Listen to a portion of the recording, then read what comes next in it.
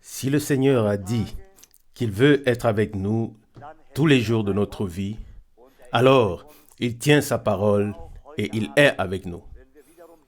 Je crois que ce soir aussi, maintenant que nous sommes à nouveau réunis ici pour louer son glorieux nom, pour lui apporter la gloire et l'adoration.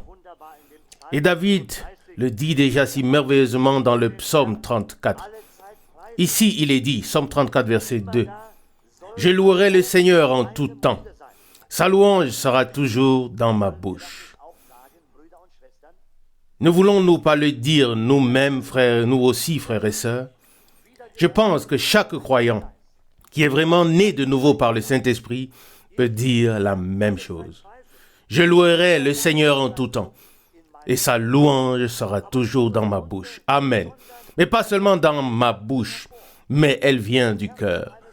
Dans le cœur d'un croyant, il y a la louange, il y a l'adoration, il y a tout ce qui revient au Seigneur. Et alors la bouche peut déborder de louange et de gloire. Et je pense que c'est encore mieux si nous nous réunissons tous ensemble et si nous louons ensemble notre Seigneur et lui chantons des cantiques. Et puis David continue au 3e verset et dit, Psaume 34, verset 3, « Mon âme se glorifiera dans le Seigneur. Les humbles doivent l'entendre et se réjouir. » Oui, frères et sœurs, je pense qu'il n'y a pas d'autre joie ou de meilleure joie que la joie dans le Seigneur.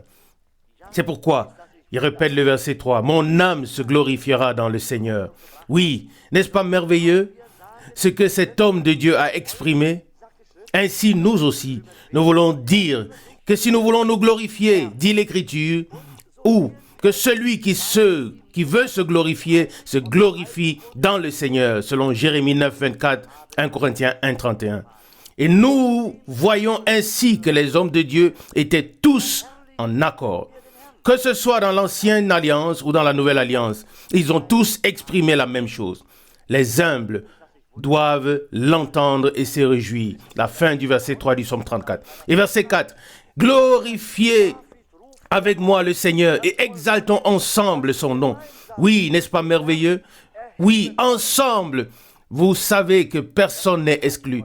Personne ne doit rester en arrière. Mais David appelle ici le peuple de Dieu afin qu'ensemble ils exaltent, ils élèvent le Seigneur. Ne voulons-nous pas le prendre pour nous ce soir? Je crois que oui. Nous voulons exalter, adorer ensemble notre Seigneur. Verset 5. Chaque fois que j'ai cherché le Seigneur, il m'a exaucé, il m'a délivré de toutes mes angoisses. Verset 6. Quand on tourne les regards vers lui, on est rayonnant de joie et le visage ne se couvre pas de honte. Verset 7. Voici un tel homme dans la souffrance qui a crié. Le Seigneur l'a entendu et l'a délivré de toutes ses détresses. Verset 8. L'ange du Seigneur campe autour de ceux qui craignent Dieu et les sauve. Verset 9. Goûtez et voyez comme le Seigneur est bon. Heureux, béni l'homme qui se confie en lui. Oh, ce soir aussi, nous voulons goûter et voir combien le Seigneur est bon. A-t-il changé? Qu'en pensez-vous? Je pense qu'il n'a pas changé. Peut-être que nous avons changé, mais pas le Seigneur. Il est gentil, il est plein de grâce, de miséricorde. Il veut nous prendre avec lui aujourd'hui et ainsi nous voulons le louer aujourd'hui. Et comment? Comme nous l'avons lu, oui, tous ensemble nous voulons le louer et lui apporter la gloire et l'adoration, car il a fait de grandes choses en toi et en moi. Vous savez, quand on y pense, on ne peut pas s'empêcher de le louer. Oui, et peut-être qu'il est encore à l'œuvre. Très certainement, il est encore à l'œuvre. Il nous parle encore aujourd'hui par sa parole et nous avons pu nous en rendre compte, en particulier ces derniers jours, dans les dernières réunions, nous où nous étions partout en Allemagne, dans les grands rassemblements que nous avons eus, eh bien, nous avons été étonnés que Dieu nous ait bénis si abondamment et qu'il ait béni son peuple avec nous. Et je dois vous dire qu'il y a quand même eu plus de monde que nous pensions et aussi beaucoup d'étrangers. Et il y avait une bonne atmosphère et il y avait une il avait une bonne bénédiction de Dieu. Oui, et Dieu nous a abondamment bénis par sa parole. Et je dois encore le dire. Si ce n'était pas le cas, je ne pourrais pas le dire. Mais Dieu nous a aussi donné sa parole. Justement, ce qui est si nécessaire pour nos jours. Et nous sommes tous réjouis.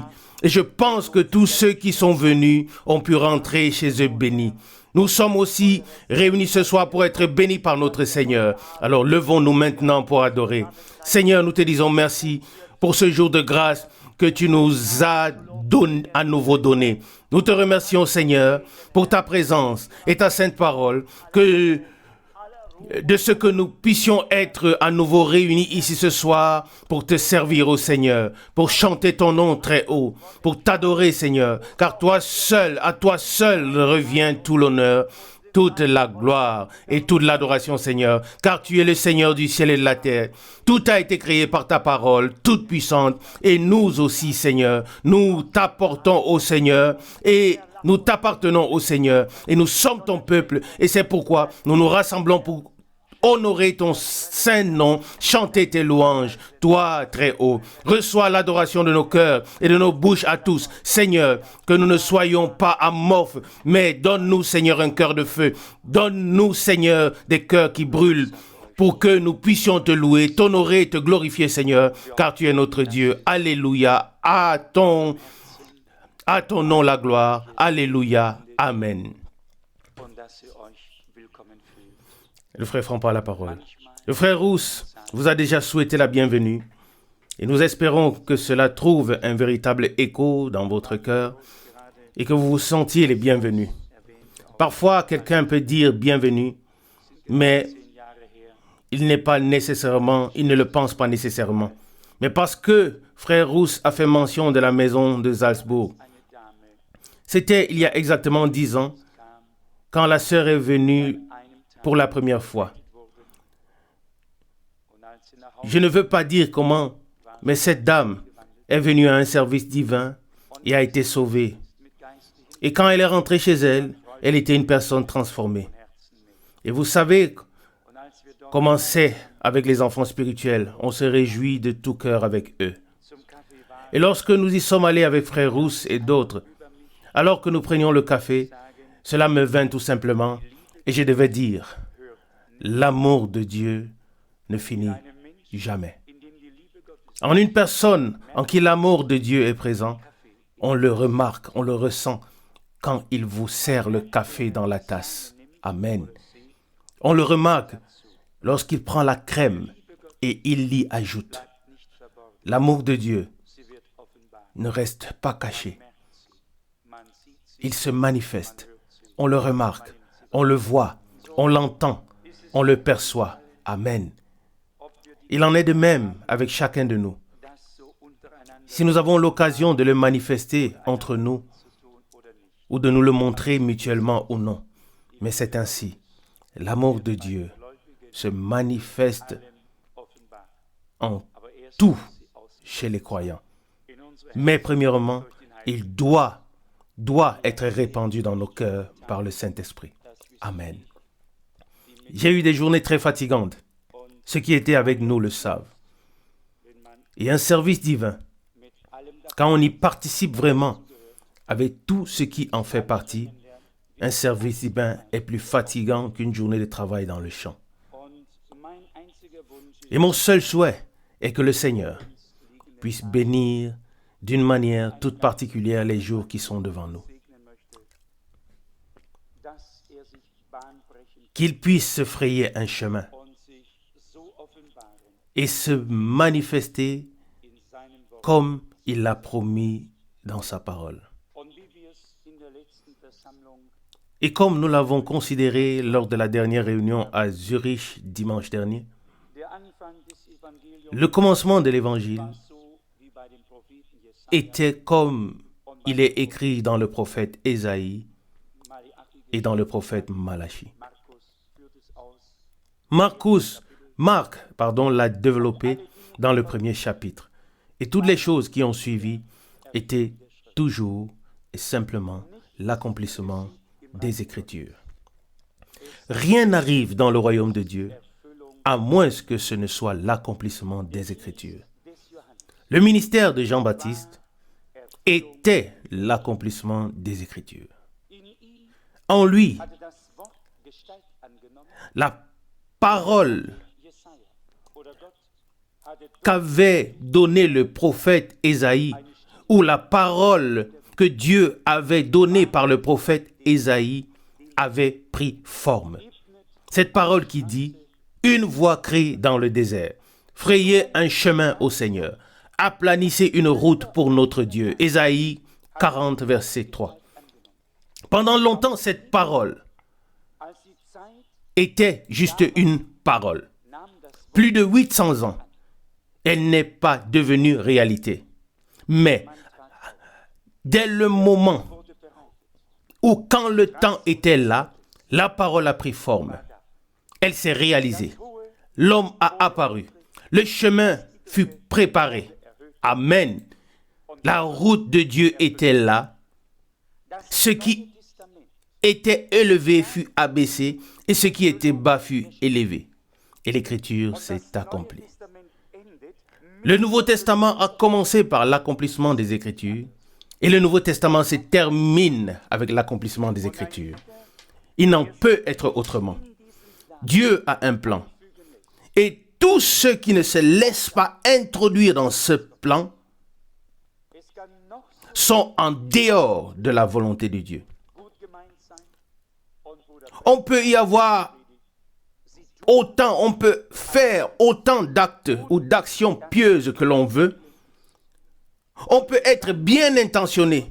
Et Frère Branham dit dans un sermon qu'il rende un service à Dieu sans que ce soit dans sa volonté. Et dans sa volonté, il n'y a que ce qu'il a dit ici dans sa parole. Et nous n'avons pas honte de dire que dans sa parole, il a aussi donné les promesses pour ces derniers jours. Et tout est l'accomplissement de la parole. Et ainsi, nous devenons une partie de la parole. Amen. Avant, j'avais beaucoup du mal à comprendre lorsque Frère Branham, chaque fois, utilisait l'expression « Moïse était la parole de son temps ». Noé était la parole de son temps. Moi, j'avais toujours traduit « Noé avait la parole de son temps » et non « Noé était la parole ». J'avais toujours traduit « Moïse avait la parole de son temps » parce que je n'avais pas clairement saisi toute l'étendue de la chose. Mais plus le temps passe, plus on se rend compte de la signification de l'expression que Frère Branham avait utilisée en disant « L'épouse est une épouse parole ». Amen. Elle est une épouse parole. Et si elle est une épouse parole, alors elle doit être quelque part ici dans la parole. Alors elle ne peut pas être à l'extérieur. Elle doit être ici dans la parole, de toute manière. Et qu'est-ce que Moïse était? Moïse était un homme comme les autres. Et soudain, devait s'accomplir une promesse que Dieu avait donnée à Abraham. Et à partir de ce moment-là, Moïse n'était plus Moïse, mais il était un prophète. Amen.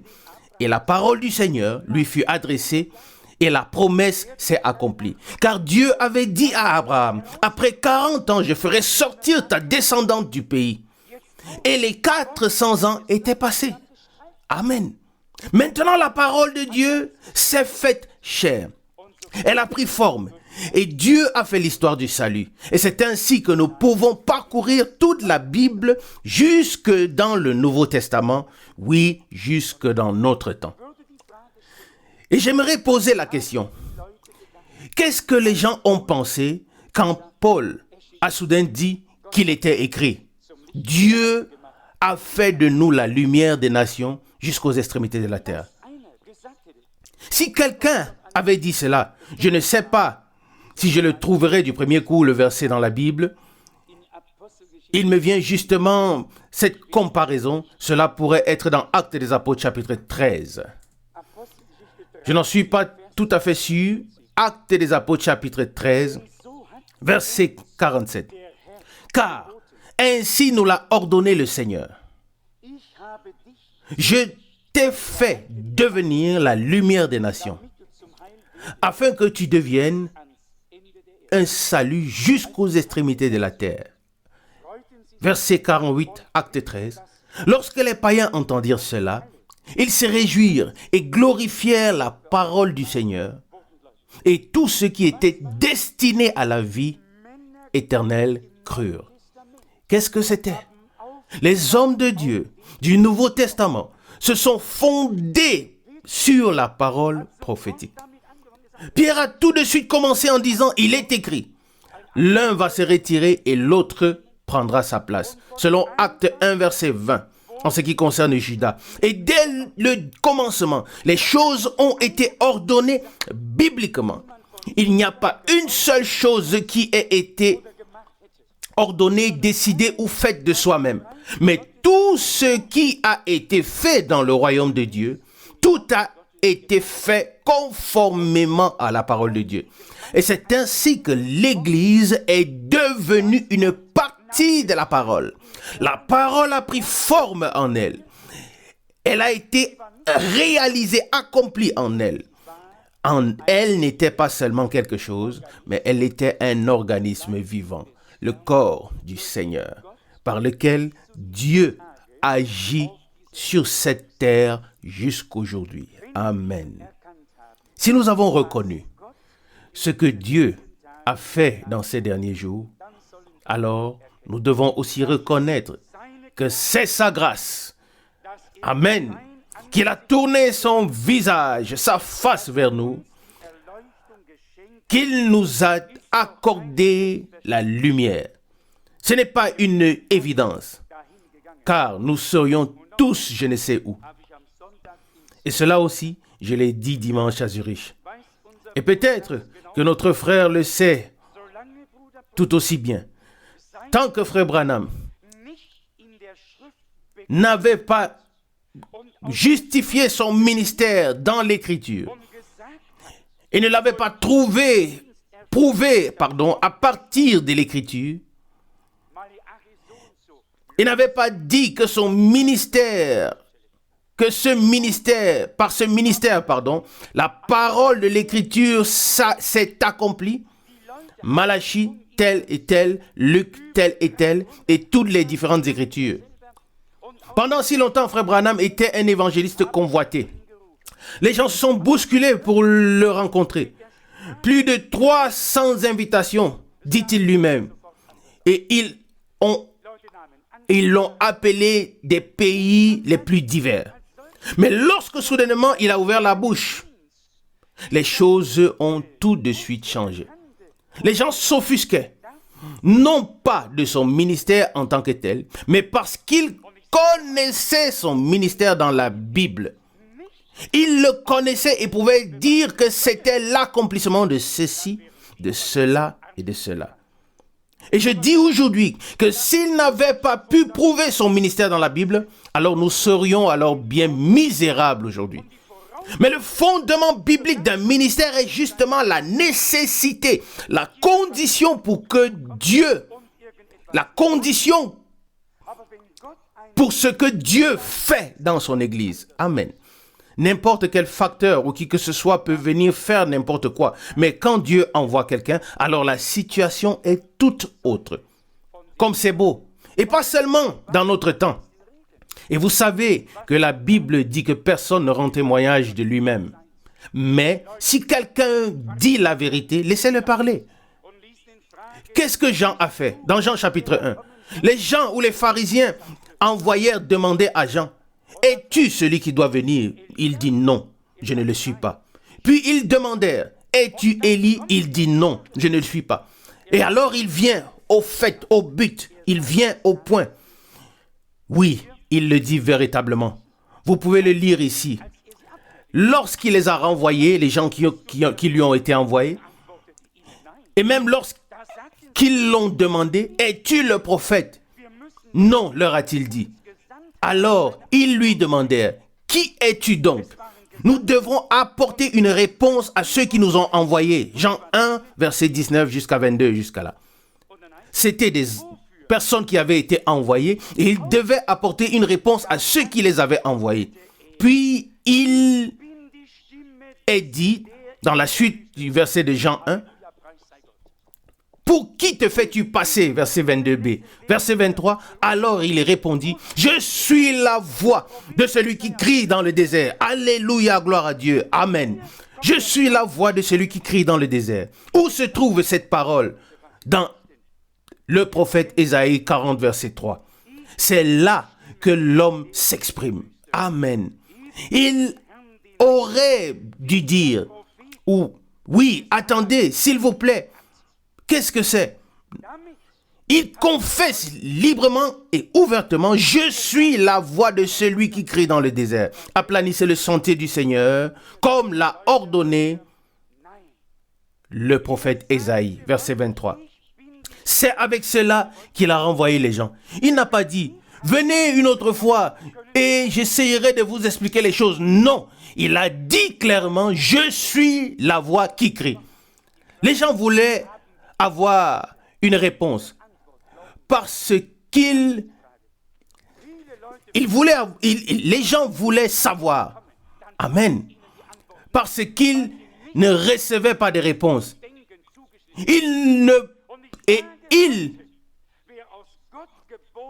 ne pouvaient pas rendre compte à ceux qui les avaient envoyés. Et ils voulaient avoir une réponse et ils l'ont reçue. La question est de savoir si ceux qui les ont envoyés ont reçu cette réponse. C'est ça la question. Beaucoup de gens posent des questions, mais quand ils reçoivent la réponse, la réponse ne leur convient pas parce qu'elle n'est pas adaptée à leur manière de penser. Je dis aujourd'hui que celui qui est né de Dieu et qui est dans la parole de Dieu recevra et respectera la réponse de Dieu. Si nous ne pouvons pas respecter la réponse de Dieu, alors nous pouvons nous oublier nous-mêmes ainsi que tout le reste. En effet, le plus simple est de décorer les tombeaux, de leur apporter de temps en temps des bouquets de fleurs, de les blanchir quand ils doivent être blanchis. Mais la question est toujours celle du présent. Amen. Combien de fois Frère Branham a-t-il dit sérieusement comment les croyants remercient toujours Dieu pour ce qu'il a fait? Oui, c'était grand. Et il regarde à ce qu'il va faire. Mais il passe à côté de ce qu'il fait maintenant. Et c'est là la grande difficulté. Ces gens voulaient la réponse et ils l'ont reçue. Claire, courte et brève. Sans tourner. Mais je suis la voix qui crie dans le désert. Frayez le chemin du Seigneur. La parole prophétique avait pris forme. La proclamation telle qu'elle avait été prédite a eu lieu dans le désert. L'accomplissement de l'écriture était au début du Nouveau Testament. L'accomplissement de l'écriture sera à la fin de l'Église du Nouveau Testament. Pas ton programme, pas le mien. Pas ta volonté, pas la mienne. Rien du tout. Tout. Nous n'avons pas été consultés et nous ne le serons pas non plus à l'avenir. Mais Dieu, qui a conçu son plan de salut avant la fondation du monde, veillera à ce qu'il soit exécuté. Amen. Et heureux l'homme qui trouve sa réponse dans la Bible et la respecte selon la parole. C'est seulement là que nous sommes une partie de la parole de Dieu. Si aujourd'hui nous, et je l'ai souvent entendu, si nous parlons si nous parlons avec les hommes du plein évangile, et nous arrivons à la question sur le frère Branham, ils disent tous à l'unanimité, le plus grand homme de Dieu depuis les jours de Jésus-Christ. Et tout aussi bien ils disent, mais depuis qu'il a commencé à parler de lui et à penser qu'il était le prophète qui devait venir avant le retour, alors nous ne pouvons plus le suivre. Et qu'avons-nous dit? Là où ces gens s'arrêtent, là où leur chemin s'arrête, c'est-à-dire là où la Bible nous est clairement présentée, c'est là que notre chemin commence. Amen. Notre chemin commence avec l'accomplissement de la parole de Dieu et c'est là que le chemin des autres s'arrête. Amen. Je ne les ai pas entendus une fois. Je les ai entendus très souvent. Et aussi frère Nelson, dont parle cet homme, où nous avions des émissions radio. Pendant des heures, nous avons raconté et ils étaient pleins de reconnaissance. Et il dit, frère Branham m'a dit par révélation, construis les stations radio ici et là et Dieu te fera réussir. Et nous sommes heureux, Dieu l'a fait réussir et nous avons eu les émissions radio en anglais, en allemand et en russe pendant tout ce temps. Et voici un des auditeurs, voici des auditeurs du fond de l'Alaska. Et combien d'autres encore écoutent, je ne sais pas, mais Dieu le sait. Mais que s'est-il passé? Oui, un homme de Dieu merveilleux. J'étais avec lui. Il me l'a dit à Minneapolis. J'ai vu tous les miracles. Mais, et puis vient le mais. Frères et sœurs, ne nous trompons pas. Là où la prophétie biblique s'accomplit visiblement sous nos yeux, Dieu nous met face à un choix. Amen. Et c'est là que se décide si nous allons à droite, à gauche, ou si nous allons en arrière, ou alors si nous allons de l'avant avec Dieu. Amen.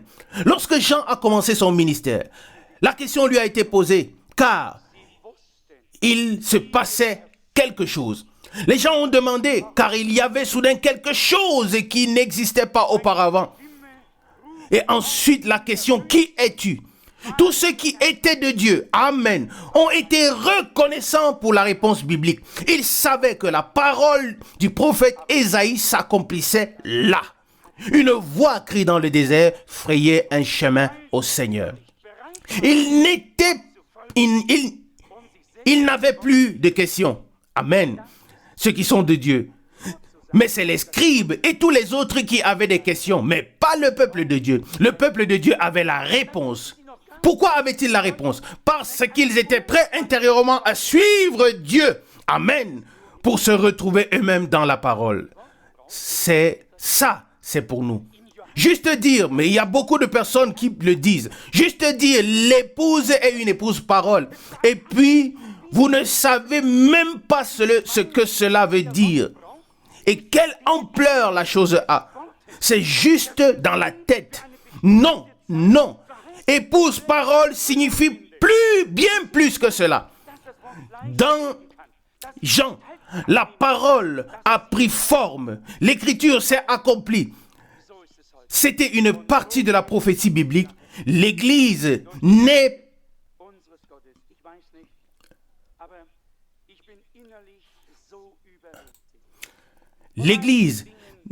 pas épouse parole jusqu'à ce que la partie de la parole qui a été promise pour elle pour un temps précis trouve son accomplissement. Comprenez-vous cela? Que la parole peut devenir chair, qu'elle peut prendre forme, qu'elle peut devenir visible. C'est ce qui s'est passé à l'époque, c'est ce qui se passe aujourd'hui et c'est ainsi que tout se terminera par la grâce de Dieu. Je ne sais pas, mais je suis tellement subjugué intérieurement par toutes ces choses, par les derniers jours. Je ne peux le dire à personne. Non pas qu'on en ait besoin, mais à l'heure de l'affliction, c'est quand même quelque chose, quelque part un réconfort de voir arriver une mère qui dit, frère Franck, il y a 3 ans, j'ai consacré ma vie à Dieu ici dans cette salle. Et il y a d'autres personnes. On s'est réjouis avec eux. Nous nous réjouissons les uns les autres. Qui a appelé? Dieu a appelé. Et parce qu'il nous a appelés, il va nous conduire jusqu'à ce que nous passions de la foi à la vue. Je suis reconnaissant que le ministère de Frère Branham soit dans la parole de Dieu. S'il n'était pas dans la parole de Dieu, toi et moi, nous ne serions pas non plus dans la parole de Dieu. Alors nous suivrons des fables habilement conçues. Mais du fait qu'un ministère a été prédit dans la parole et qui trouve ensuite son accomplissement et que nous recevons le ministère comme venant de Dieu et que nous sommes fondés sur la parole de Dieu, ainsi nous devenons une partie de la parole et épouse parole, chair de sa chair et esprit de son esprit. C'est bien de cela qu'il s'agit. Non pas d'une chose qui nous tourne dans la tête, mais d'une chose que l'on peut voir. Amen. Dans Jean, on pouvait le voir. Il se tenait là. Ésaïe 40, verset 3, Malachie 3, chapitre verset 1, se sont accomplis en lui. Et je me demande aujourd'hui, quand Marc a commencé à écrire, Amen. Il est écrit dans Marc chapitre 1, l'évangile de Jésus-Christ a eu le commencement suivant. Comme il est écrit dans le prophète. Amen. Marc chapitre 1, versets 1 et 2. Et il cite les deux passages, le passage du prophète Malachie et le passage du prophète Ésaïe. Et ensuite, il vient le témoignage. Alors parut un homme envoyé par Dieu, son nom était Jean. Amen. Pourquoi envoyé par Dieu? Parce que c'était l'heure de Dieu, où la prophétie biblique s'accomplissait. Un homme de Dieu avec la parole de Dieu. C'est ce que nous avons expérimenté dans notre génération par grâce. Et ça, c'est l'épouse parole.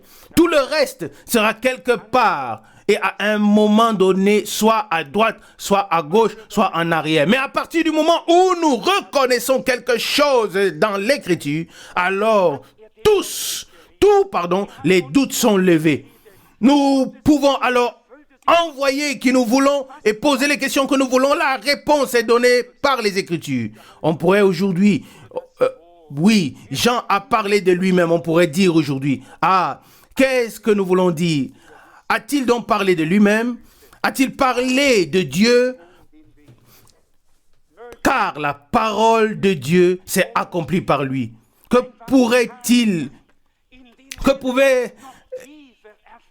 pouvait-il dire à cela? Il n'a pas simplement dit « Je suis Jean et j'avais l'intention de faire ceci et cela ». Mais il a dit « Ici s'accomplit la parole du prophète. Une voix crie dans le désert, frayez un chemin au Seigneur. » Puissent ces jours-ci, puissent les jours qui sont devant nous être simplement des jours où nous saisissons encore plus profondément la grâce qui nous a été accordée en ces derniers jours. Faire partie de la parole et vivre ainsi l'accomplissement de la prophétie biblique. Amen. Ne pas rester de côté, mais être au milieu de la chose. Et c'est la chose glorieuse. Si seulement Dieu, pendant ces jours-ci, pouvait nous ouvrir les cœurs et les oreilles, la compréhension et tout ce que nous sommes et que tout ce que nous avons, et que le ciel aussi soit ouvert sur nous, et que le Saint-Esprit puisse descendre d'une manière puissante. Nous devons tant de reconnaissance à Dieu. Et quand notre précieux frère qui retourne en Tchécoslovaquie a dit qu'il emportera avec lui ce qu'il a entendu et vécu ici lors des services divins, c'est quelque chose de grand. Nous devons pouvoir emporter quelque chose de chaque service divin. Amen.